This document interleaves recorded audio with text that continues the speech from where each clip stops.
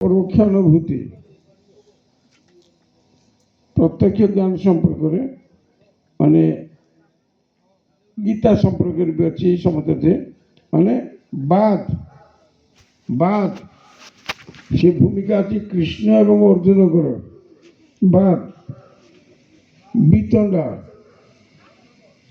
କୃଷ୍ଣ 5 ଖଣ୍ଡ ଗ୍ରାମ ମାଗିବାକୁ ଯାଇଛନ୍ତି କୌରବର ରାଜଦରବାରରେ ବିତଣ୍ଡା ଜଳ୍ପ ପ୍ରତ୍ୟକ୍ଷ ପରୋକ୍ଷ ଅପରୋକ୍ଷାନୁଭୂତି ବାଦ ବିତଣ୍ଡା ଜଳ୍ପ ଏଗୁଡ଼ା ନ ବୁଝିଲେ ଠାକୁରଙ୍କର ସିଦ୍ଧାନ୍ତ ସମ୍ପର୍କରେ ବୁଝି ହେବନି।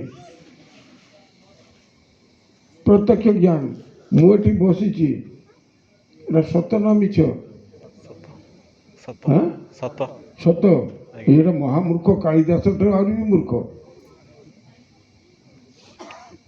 ଯାହା ସତ সেটা পরিবর্তন না অপরিবর্তনীয়? হ্যাঁ, অপরিবর্তনীয়। 200 ବର୍ଷ ପରେ ମୁଁ ଏଠି ବସିଥିବି କି? ତେବେ ମୁଁ ଯେ ଏଠି ବସିଛି ଏଇ ପ୍ରତ୍ୟକ୍ଷ ଜ୍ଞାନଟାକୁ କିଏ ମୋତେ ଦେଉଛି? ଆଖି। ଆଖି ଗୋଟେ ଇନ୍ଦ୍ରିୟ।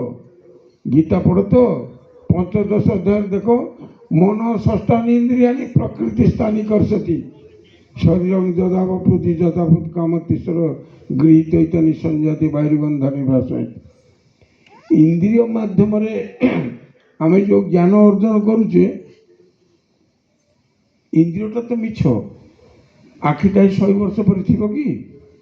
ତେବେ ଯିଏ ନିଜେ ମିଛ ଯିଏ ନିଜେ ବିନାଶଶୀଳ ସିଏ ମୋତେ କେମିତି ସତ୍ୟର ସନ୍ଧାନ ଦେବ? କାରଣ ଆଖିରେ କ'ଣ ଅଛି?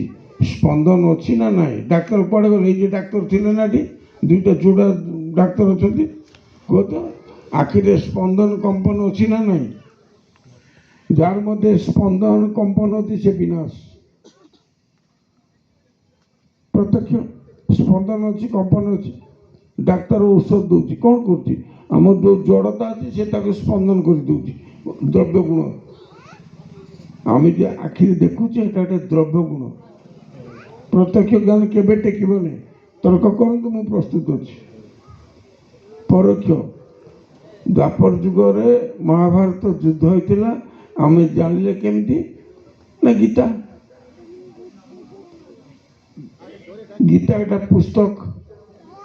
ପରୋକ୍ଷ ପରୋକ୍ଷ ଜ୍ଞାନ ବି ଯଥାଯଥ ନୁହେଁ।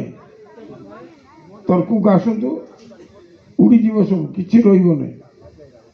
এইটা একটা বস্তু, এটাকে আমি ভাঙলে କ'ଣ ପାଉଛେ? ଅଣୁ ପରମାଣୁ। ପରମାଣୁ ଯେତେବେଳେ ଭାଙ୍ଗୁଛେ କ'ଣ ପାଉଛେ? ଇଲେକ୍ଟ୍ରନ୍, ଶବ୍ଦ, ତାପ, ଆଲୋକ। ତାପରେ ବସ୍ତୁର ସଂଖ୍ୟା କ'ଣ? ଇନ୍ଦ୍ରିୟ ନିରପେକ୍ଷ। এই যে প্রত্যক্ষ পরোক্ষ জ্ঞান কথা କହିଛନ୍ତି ওটা বুঝিব গেলে ঠাকুরଙ୍କର বেদান্ত বিবেক বইটা পড়িবে। নিত্যানিত্য বিবেক, দ্বৈতাদ্বৈত বিবেক, আত্মানাত্মা বিবেক, পঞ্চকোশ বিবেক, মহাবাক্য বিবেক ন পড়িলে প্রত্যক্ষ পরোক্ষ অপরোক্ষানুভূতি জ্ঞান বুঝিপারিবেনি। এই তো প্রত্যক্ষ পরোক্ষ মিথ্যা প্রমাণিত হব, দেখিবেনি। আর অপরোক্ষানুভূতি কাহারি সাহায্য নেবেনি। রামকৃষ্ণ କ'ଣ କହିଲେ? ଅପରୋକ୍ଷାନୁଭୂତି ଜ୍ଞାନ ଧର ଆମେ ପିଆଜରୁ ମଞ୍ଜି ବାହାର କରିବା, ପିଆଜରୁ ମଞ୍ଜି ବାହାର କରିବା, ଯେତେ ଛଡ଼େଇବା କ'ଣ ପାଇବା? ଶେଷକୁ କ'ଣ ହବ? ଶୂନ୍ୟ। ବୌଦ୍ଧ ଦର୍ଶନ ଖ୍ୟାତି ଅଖ୍ୟାତି, ଖ୍ୟାତି ଖ୍ୟାତି, ସତ୍ଖ୍ୟାତି, আত্মখ্যাতি শূন্যে পর্যবেসিত, শূন্যবাদী। সেই শূন্যের মধ্যে পূর্ণের সন্ধান আছে। ତେଣୁ ଶଙ୍କରାଚାର୍ଯ୍ୟ ନିର୍ବାଣ ଷ୍ଟକମରେ କହୁଛନ୍ତି ମୁଁ ମନ ନୁହେଁ, ମୁଁ ବୁଦ୍ଧି ନୁହେଁ, ମୁଁ ଆଖି ନୁହେଁ, ମୁଁ ନାସିକା ନୁହେଁ, ମୁଁ କର୍ଣ୍ଣ ନୁହେଁ, ମୁଁ କିଛି ନୁହେଁ। ନାହଂ ବ୍ରାହ୍ମଣ କ୍ଷତ୍ରିୟ ଶୂଦ୍ର ବୈଶ୍ୟ ନ ଗୃହୀ ନ ବନସ୍ଥ ଭିକ୍ଷୁର୍ନ ଚାହୁଁ ନିଜ ବୋଧ ରୂପମ୍। ମୁଁ ବ୍ରାହ୍ମଣ ନୁହେଁ, ମୁଁ କ୍ଷତ୍ରିୟ ନୁହେଁ, ମୁଁ ଶୂଦ୍ର ନୁହେଁ, ମୁଁ ବୈଶ୍ୟ ନୁହେଁ, ମୁଁ ସେଇ ସିଦାନନ୍ଦ ରୂପ ଯେଉଁଠି ସ୍ପନ୍ଦନ ନାହିଁ, କମ୍ପନ ନାହିଁ। ଠାକୁରଙ୍କ ଜ୍ଞାନୀ ଗୁରୁର 212 ପୃଷ୍ଠାରେ ଅନନ୍ତ ରୂପର ପ୍ରମାଣ ଏବଂ ପତିତି 189 ପେଜରେ ଦେଖିବ ଅଣ୍ଡରୁ ବ୍ରହ୍ମାଣ୍ଡ। ପଢ଼ିକି ଦେଖିବେ ତ ଠାକୁର କେମିତି ସବୁ ଖଣ୍ଡନ କରୁଛନ୍ତି।